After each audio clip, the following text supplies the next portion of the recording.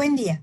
En nombre de la maestra María del Rosario Piedra Ibarra, presidenta de la Comisión Nacional de Derechos Humanos y de la Dirección General de Educación en Derechos Humanos de esta comisión, les doy la más cordial bienvenida a esta capacitación en línea. Agradecemos de manera respetuosa al secretario de la Marina Armada de México, almirante José Rafael Ojeda Durán, y a su equipo de trabajo por todas las facilidades para llevar a cabo esta capacitación. Saludamos también al público que nos sintoniza desde las instalaciones de la unidad de la Policía Naval. A todas y todos les invitamos a realizar sus preguntas por medio del chat de YouTube, a las que podremos dar respuesta al final de la conferencia. Su participación y sus dudas son parte fundamental de este ejercicio. Les recordamos que las instrucciones de descarga de constancia se mostrarán al finalizar la ponencia. A continuación, daremos inicio a la conferencia con el tema feminicidio, impartida por su servidora Cristina Hernández.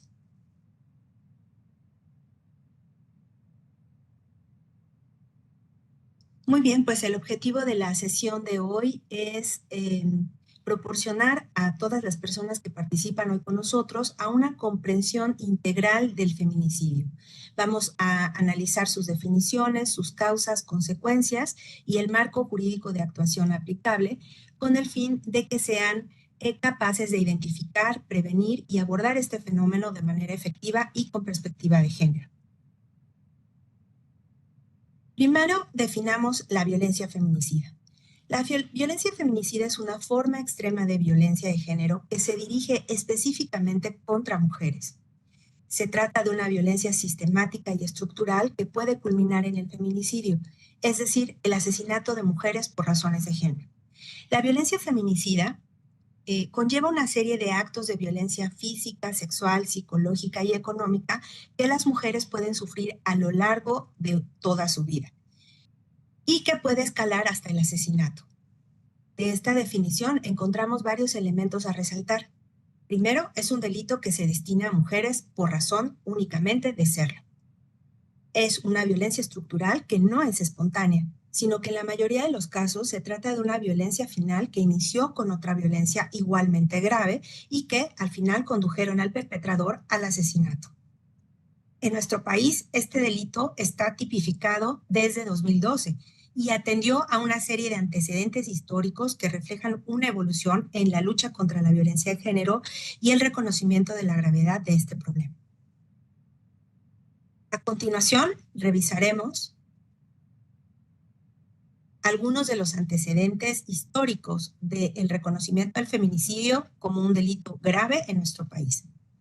En primer lugar, tenemos que recordar la ola de asesinatos de mujeres en Ciudad Juárez, Chihuahua, a partir de la década de 1990, que puso en evidencia la extrema violencia de género en México. Los feminicidios en esta ciudad y la impunidad que los rodeaba atrajeron la atención internacional y generaron una presión para que el gobierno mexicano tomara medidas más efectivas.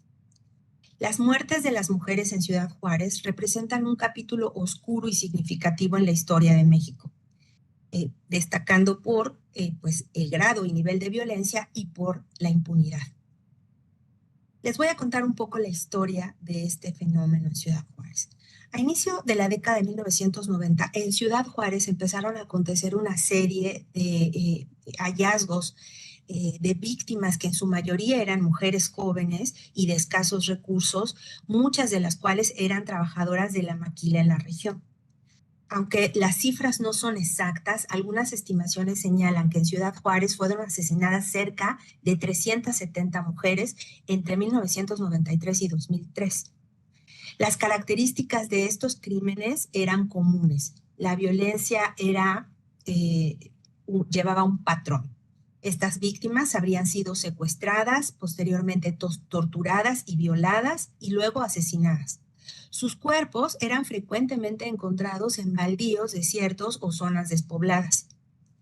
Algunos de los patrones de violencia que compartían estas mujeres son bastante extremas y crueles y revelaron la presencia de ciertos patrones sistemáticos de violencia de género, lo que llevó pues a la demanda de familiares, activistas y muchos especialistas académicos a empezar a conceptualizar esta forma de morir de las mujeres. Estos asesinatos los fueron reconociendo como feminicidios. Otra característica de estos patrones en la investigación, es decir, se encontraron ciertos hallazgos de patrones en las investigaciones, es decir, la actuación del Estado frente a estos crímenes. Muchas investigaciones, por ejemplo, fueron simplemente archivadas, no fueron investigadas, y en muchos de los casos ni siquiera hubo responsables sobre estos asesinatos. Ante la falta de respuesta efectiva por parte de las autoridades, se activó una muy fuerte movilización ciudadana, les digo, no solo, sino también de los familiares y activistas de derechos humanos y organizaciones feministas. Este activismo, pues, traspasó fronteras y atrajo la atención de la comunidad internacional y de los organismos internacionales de protección de derechos humanos. Entonces, los feminicidios en Ciudad Juárez recibieron atención internacional y llevó esto a intervenir a la Corte Interamericana de Derechos Humanos, que también generó una gran presión sobre el gobierno mexicano para tomar medidas efectivas. Entonces decíamos, en 2009 la Corte Interamericana de Derechos Humanos emite una sentencia, la conocida ahora como Campo Algodonero, que fue esta reacción ante los feminicidios de Ciudad Juárez, encontrando la Corte Interamericana responsabilidad en el Estado por la no protección y la falta de investigación adecuada para el esclarecimiento de estos crímenes. Esta sentencia fue un hito muy importante que impulsó reformas muy significativas en este país. Aunado a ello, diversos movimientos feministas y organizaciones de derechos humanos pues han seguido exigiendo justicia y la revisión de los instrumentos legales para poder abordar esta violencia de género, y esta intervención ha aportado a el reconocimiento del feminicidio muchos elementos muy importantes a partir de la documentación de casos nuevos, y pues esto ha derivado también en la organización de protestas y incidencias sobre las personas legisladoras. Finalmente, el 14 de junio del 2012 se publicó en el Diario Oficial de la Federación la reforma que tipificó el feminicidio como un delito específico en el Código Penal Federal. Esta reforma definió el feminicidio y estableció penas muy severas para quienes cometan este delito. Tras la tipificación del feminicidio a nivel federal, muchos estados de la República comenzaron a reformar sus códigos penales para incluir el feminicidio como un delito específico, adaptado a sus leyes junto con la norma federal y atendiendo a las recomendaciones internacionales. Para entender con claridad el feminicidio, este fenómeno grave de violencia contra las mujeres, hay que repasar por qué, cuáles son las razones que contribuyen a la prevalencia de estos feminicidios. Y entre estas razones, que pueden ser muchas, pero todas están interrelacionadas, encontramos algunas muy importantes. De principio, señalar que la cultura patriarcal de las sociedades ha perpetuado la idea de la superioridad masculina y la subordinación de las mujeres. Esta cultura machista puede justificar y normalizar la violencia contra las mujeres como un mecanismo o un medio de control para la dominación de los cuerpos de las mujeres. Estas actitudes machistas desvalorizan a la mujer y la ven como objetos o propiedad de los hombres, contribuyendo con ello a la violencia de género y, por supuesto, a los feminicidios. Por otro lado, la falta de investigaciones adecuadas y la ausencia de sanciones efectivas para los perpetradores de violencia contra las mujeres fomentan un clima de impunidad que los agresores pueden aprovechar para sentir que no pasa nada, que no van a enfrentar consecuencias.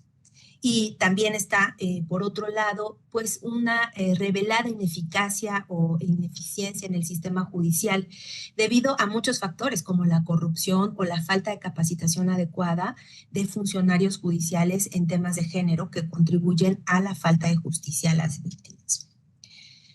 Están también las desigualdades constantes que viven los géneros. Las mujeres enfrentan muchas desigualdades de carácter económico y social, como oportunidades de estudio, oportunidades laborales que les permitan generar una independencia económica que pueda facilitar que esas mujeres que viven violencia se puedan independizar de los hombres que las mantienen.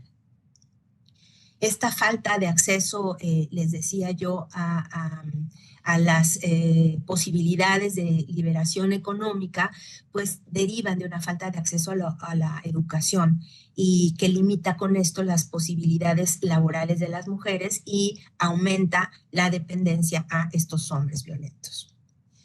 También hay otro problema constante en la sociedad, las normas tradicionales que perpetúan roles y estereotipos de género que nos dicen cómo deben actuar y comportarse los hombres y las mujeres. Y esto también puede contribuir a la violencia, porque pone a las mujeres en momentos de situaciones como escondidas, como lejos de la visión pública, y esto lleva pues a la consecución de esas violencias. Las mujeres enfrentan estos roles que las llevan a la violencia y las conducen también a través de sociedades donde se espera que las mujeres sean sumisas, donde sean obedientes, y cualquier mujer que rebasa esos límites que socialmente están estipulados, pues llevan a reforzar los niveles de violencia que ocurren contra ellas. Otros factores están pues determinados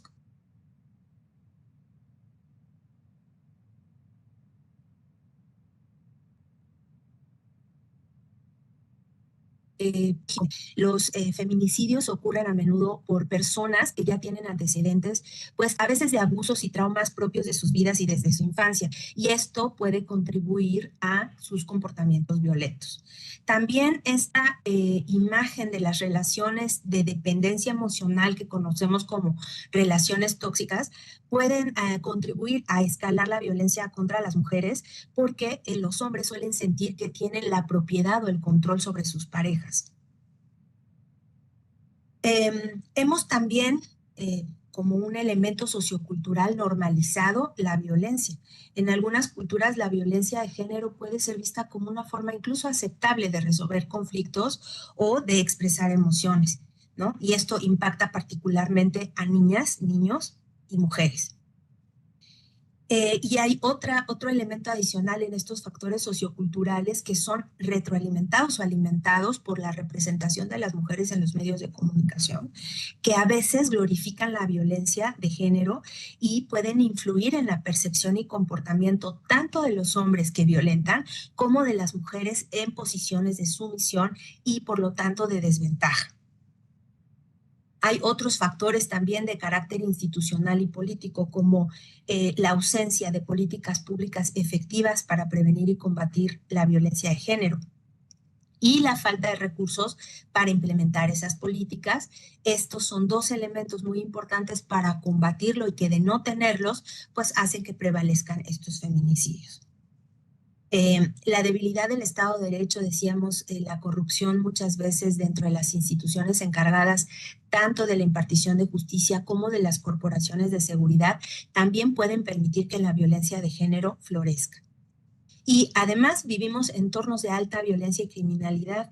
Esto implica que ciertas regiones se vean muy afectadas por el crimen organizado y el narcotráfico, y puede esto en dos niveles, pues por un lado incrementar la violencia de género que viven algunas mujeres, y por otro lado invisibilizar la violencia de género, pues porque frente al crimen organizado y los daños que genera la sociedad, pues las mujeres al final de cuentas pueden ser invisibilizadas como víctimas de este crimen organizado y de esta situación generalizada de violencia que ocurre en algunas regiones del país.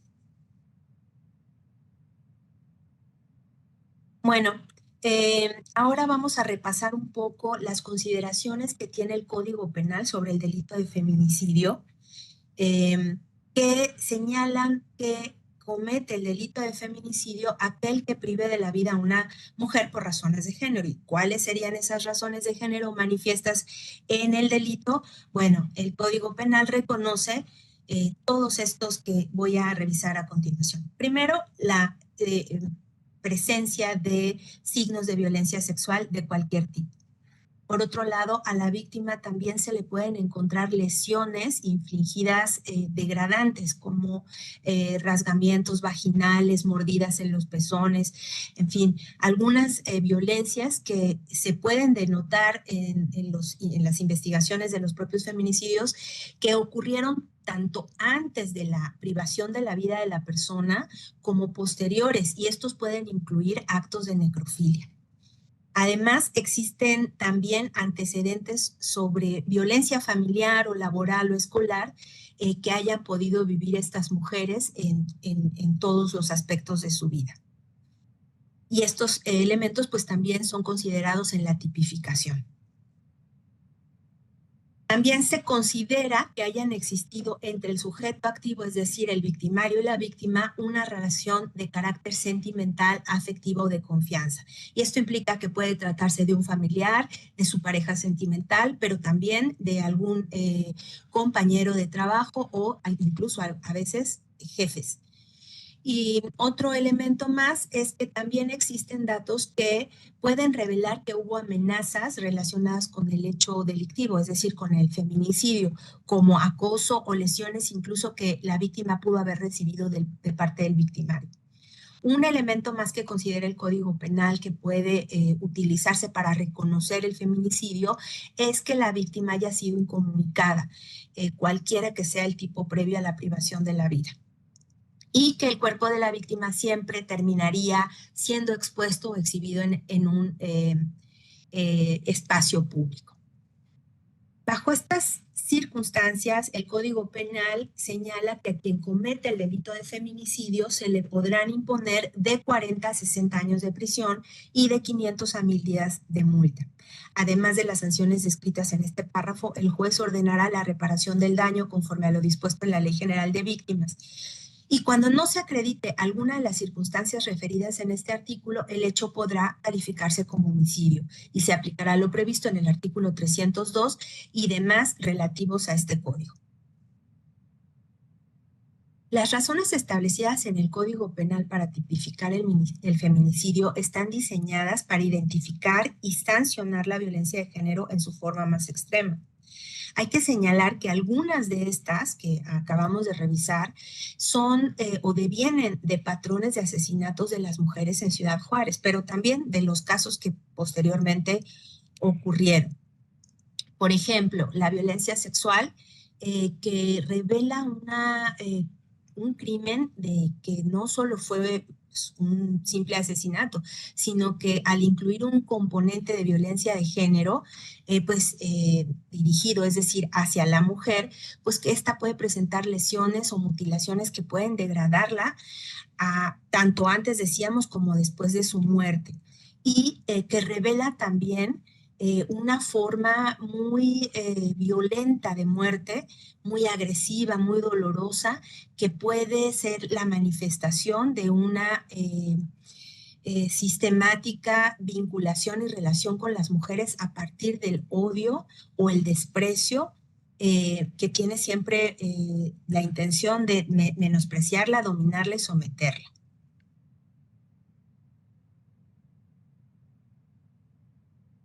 Estos son los 7 elementos que considera la ley, ¿no? Ya decíamos, estas lesiones previas del asesinato, esta violencia que pudo haber ocurrido antes o después de haberla asesinado, o que puede incluso manifestarse por cómo el cuerpo ha sido simplemente tirado en la calle como si no importara. Hay que decir que muchos de estos feminicidios ocurridos en Ciudad Juárez, pues ni siquiera intentaron ocultarse, no es que se enterraba el cuerpo, se ocultaba de alguna manera, ¿no? La verdad es que los cuerpos simplemente eran desechados como si fueran latas de refresco ahí tirados en campos que pues por esa razón tiene estos sucesos en Ciudad Juárez son conocidos como los delitos o los feminicidios del campo algodonero, porque eran simplemente botadas, como les digo, como si fueran objetos y expuestos ahí a la intemperie, ¿no? Y es decir, sin ningún respeto siquiera sobre, o incluso temor, ¿no? De ocultar las pruebas de los feminicidios ocurridos. Bueno, en 2014 se publicó este modelo de protocolo latinoamericano para la investigación de las muertes violentas por razones de género, que es una guía desarrollada por ONU Mujeres y la Oficina del Alto Comisionado de las Naciones Unidas para los Derechos Humanos, con el fin de aportar elementos para mejorar la investigación y revisar de una mejor forma la sanción a los feminicidios que ocurren, pues no solo en nuestro país, que han ocurrido también en toda la región latinoamericana. El objetivo de este protocolo, por un lado, es establecer estándares internacionales de derechos humanos para investigar y sancionar adecuadamente estos feminicidios, pero por otro lado también buscan asegurar que las investigaciones se realicen bajo ciertas perspectivas como la debida diligencia, el respeto a los derechos de las víctimas y sus familias y finalmente también busca promover la coordinación interinstitucional entre todos los actores que operan en el sistema de justicia, lo que incluye policías, fiscales, jueces, servicios forenses, en fin, todos aquellos actores que deban identificar tanto las conductas que causaron la muerte como la verificación, presencia o ausencia de estos motivos de razones de género que pudieran haber originado esta muerte violenta. Además, señala la necesidad de tener en cuenta algunos principios fundamentales en la investigación de este delito, como los enfoques de género para todas las etapas de la investigación, para identificar y entender cuáles fueron las razones que motivaron el crimen. Y en segundo lugar, insisto en procurar el respeto y protección no solo de las víctimas, de los derechos de las víctimas y sus familias, sino que también de los acusados durante todo el proceso de la investigación. Finalmente, lo que busca este modelo de protocolo es evitar la revictimización de las mujeres y de sus familias durante todo el proceso de la investigación y del juicio. También en 2023 se publicó la Guía de Estándares Constitucionales y Convencionales para la Investigación de Muertes Violentas de Mujeres por Razones de Género, que fue elaborada por la Suprema Corte de Justicia de la Nación y que tiene como objetivo primordial proporcionar lineamientos claros, detallados, que permitan asegurar que las investigaciones de feminicidio y cualquier otra forma de violencia de género se realice de manera efectiva, con enfoque de género y cumpliendo los estándares internacionales de los derechos humanos. Esta obra es pues una recompilación de esos estándares constitucionales y convencionales para focalizar la atención en la investigación del proceso indagatorio y en el tratamiento de la víctima, con el objetivo de otorgar nuevas herramientas a las autoridades y personas operadoras jurídicas para mejorar su actuación durante el ejercicio judicial. Es por